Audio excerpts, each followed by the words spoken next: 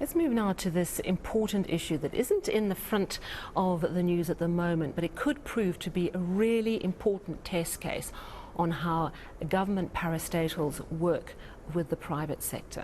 Of course, at the moment, all eyes are on Eskom and our power crisis. But let's examine the fortunes of another state-owned enterprise. The national carrier, SAA, has had a really rough flight path, decades of mismanagement and likely corruption. Then, of course, the aviation lockdowns during the COVID pandemic. SAA has benefited from many government bailouts to actually stay in the skies. But when SAA went into business rescue, it was clear a new flight path would have to be charted. In 2021, a strategic investment partner was announced. Takatso, a consortium, would hold 51% of the airline, but the government would retain what is called a golden share, which is the rights essentially to keep SAA as the national carrier. But since then, there has been a lack of clarity on the progress of this deal. In the meantime, SAA is back in the skies. It took to the skies last September, but they only, it seems, have enough working capital to operate until March. So let's get an update for Takatso and what's going on with the deal. I'm joined in studio now by Takatso's newly appointed spokesperson, and yes, of course, former colleague, Thulasizwe Simelane. Thulas, it's unusual, but lovely to see you in the studio. Great to see you too. But now you have joined Takatso as their spokesperson, and actually it's a really important opportunity to find out what is happening with this deal. I understand that it's at the Competition Commission currently. How long has it been there? What's the hold-up? So, Sally, you are absolutely right. It is important for us to be open and transparent about how far this transaction has gone. And we readily admit that perhaps at times we've not kept the public as updated as we should have.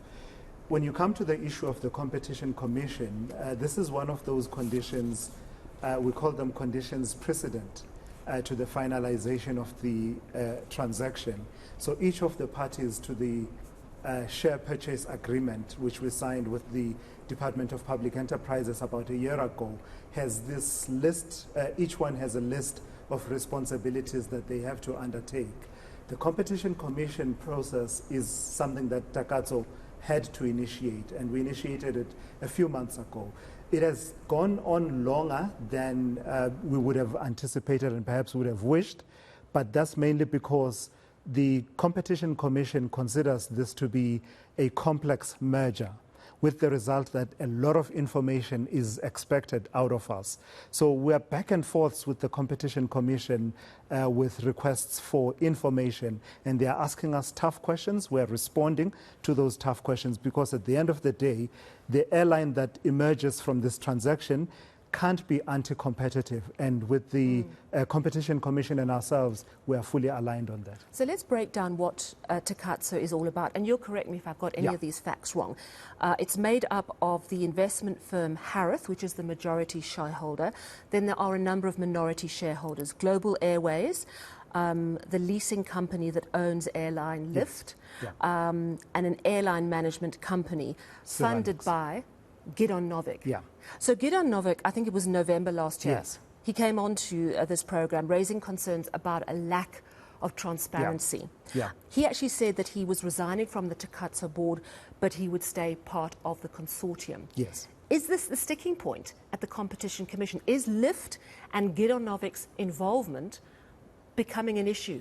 It's part of the questions that the Competition Commission is asking, but specifically they are asking us as the parties to find remedies for this. Because, Sally, one of the things you have to remember is that at the point at which the synergies between these entities you mentioned, Harith and its interests in aviation, because Harith has these interests all over the African continent, infrastructure, digital infrastructure, energy and transport. And aviation seemed like a natural path. And there's a whole background that we can talk to if you have time. But when the synergies were identified between these entities, there were many permutations that were possible in terms of how they collaborate around SAA. Remember, at the time, SAA was not flying at that point. It was still in business rescue. So one of the possibilities was, initially there was talk about Harith possibly acquiring a stake in Lift. This, of course, off the back of Harith having wanted to acquire ComAir, and that didn't work out. So what I'm explaining is that part of the reason why this consortium, which we now don't use that word anymore, Takatso Aviation, but it was a consortium, and technically that's not incorrect.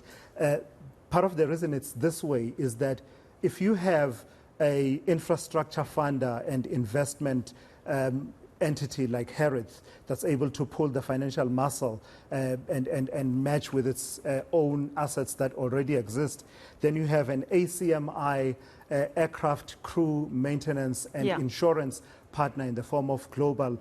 It just made sense that we could work together. But at this point, it is becoming clear that going forward, we need to manage particularly the information flow, which is what the Competition Commission is worried about, that they don't want competition-sensitive information flowing between the parties. That is going to be really, really tricky. So I have to ask you a direct question then. Is this consortium still united? Is Gideon Novick still fully committed? At this point, the consortium is fully united. The Gideon Novick, Global and Ceramics remain shareholders within Takatso. But as I say, part of what we've been doing is to remedy the concerns around information flow in particular. And how we're doing that, Sally, is that we basically have a condition that says no one who is active in lift from Global and Ceramics can serve on the Takatso board, because that's where the worry is for the And Gideon Novick's Competition off the board Commission. now as well. He's so off the board. They do retain, I must mention, a right to appoint representatives to the Takatso board, but those can't be people who are directly involved in the operations. Talk to me about timeframes. When is this deal going to be finalized? That's a tough one, Sally, and the reason I say I'm giving you one sentence to answer it. It's because, as I explained at the beginning of this interview, there's various responsibilities, some of which lie with us. So the Competition Commission, we drive that.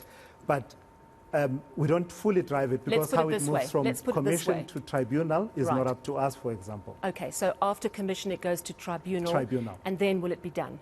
No, not necessarily, because there are other aspects that reside with government. For example, the settling of the historical debt that is SAA incurred. Remember, when that was finalized, Takatso was not even in the picture in those conversations. It was about SAA exiting from its from business rescue. And it must be said, Sally, that there's been progress on that front as well, because initially the debt was at about 13.5 billion rand, and our understanding now is that it has come down to about 2.5 billion rand. Is it now 2.5? With the expectation now that, we'll be hearing from government hopefully I think soon. you're jumping into things I've read about, but just to make it clear, this consortium didn't actually pay for this 51% stake.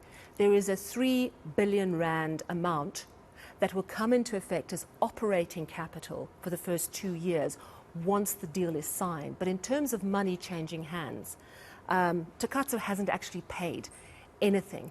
At this point, Sally, the transaction is still in the process of being finalized. But if you're asking if any money has exchanged hands, you will know about the 51 rand story that has been reported at length. And the reason for that is that, I don't know, perhaps people don't understand how some of these transactions actually work. There's nothing new in an amount, a nominal fee, exchanging hands when a transaction of this nature is being undertaken. And I say that to quickly then say that this is in the context of companies in distress. At the point at which this transaction was being finalized, as you and I agree, SAA was in business rescue, technically insolvent. It's, debts and other responsibilities I get that, and I exceeding hear you. So its value was severely depleted. So in a way, Takatso was rescuing it, and the idea was to get it going again. However, it's now operating again. It's now in the skies. So does SAA still need Takatso? SAA still needs operating capital, which is a condition that is there in the share purchase agreement between Takatso and the DPE. That need won't go away, and the 3 billion rand we are talking about will not be coming from the taxpayer, will be coming from the investors, being Takatso. If this deal aviation. I get you. Yeah. If this deal, Takatso deal, is not sorted out, and it has been almost 2 years now in the making, before SAA loses the last of its operating capital, which I understand ends in March sometime, does that mean SAA is grounded until Takatso gets the all clear? I honestly can't talk about the operations at SAA, Sally. But what we are emphasizing is that for our part, we've been doing all the work to ensure that we stand ready with the 3 billion rand to invest into SAA, because it is a condition that we can't run away from. So if you talk about, for instance, that 51 rand situation, this is always the condition that when you have that nominal fee exchanging hands, it goes hand in hand with the responsibility that you then pump money into the business. So the OK Bazaar's example from 1997, Renault buying the Lotus Formula One team. I'm not going to let you go without one last question. Yeah. In the time frames that Takatso is looking at, you must be looking at time frames. Realistically, what are you thinking of on when this deal will actually be signed and sealed? So, Sally, the issue of timeframes is quite important, because from our perspective... I've got 30 seconds. From our perspective, Sally, time is of the essence, because the market won't wait for us for this deal to be concluded. Right now, the market is conducive for this deal to be concluded. But as I say, there are many other parties. You're not giving me a time, are you, from commission, I am not giving you a time. I really am giving you a hard time, but I need to know. Are we talking months or years is what I want to know. Sally, there have been various so-called long stop dates, dates on which we've agreed that, we'll close the transaction altogether. But when the realities of some of the conditions precedent not having been fulfilled confronts you, you have to be flexible. Yeah. Unfortunately, that's the best answer that I can give and you. what I'm hearing is that this is a good time now for this deal to come right. And it's costing us money, by the way, Sally, this whole process as Takatso. We've paid quite a lot in terms of what we've had to undertake, processes such as the due diligence process, the business plan. We've done that part, by the way, because that was also part of our responsibility. Is Takatso disappointed at how long it's taken? I wouldn't say disappointed, because we still believe in the potential of SAA, Sally, that it has the potential to really make a difference in this economy. And really is the burden, our involvement is the burden on the state, in that while we're thinking about Eskom and everything else that we have to think about, you won't have to think about operating capital for SAA once this deal is finalized. So we still believe in it. It has, wide-ranging infrastructure, routes and airport slots that are already there. So it has great potential, and we believe that with our experience, with Harith's experience on the African continent and the work that Harith has done, Harith would be able to make it an efficient and sustainable airline. All right. Well, thank you so much for updating us, because there has been a lot of uncertainty around this deal. This is what we're going to do from now on. And we look forward to chatting to you again. Thulasizwe Simelane, thank you so much for coming into the studio. Thulas, of course, is Takatso's new spokesperson.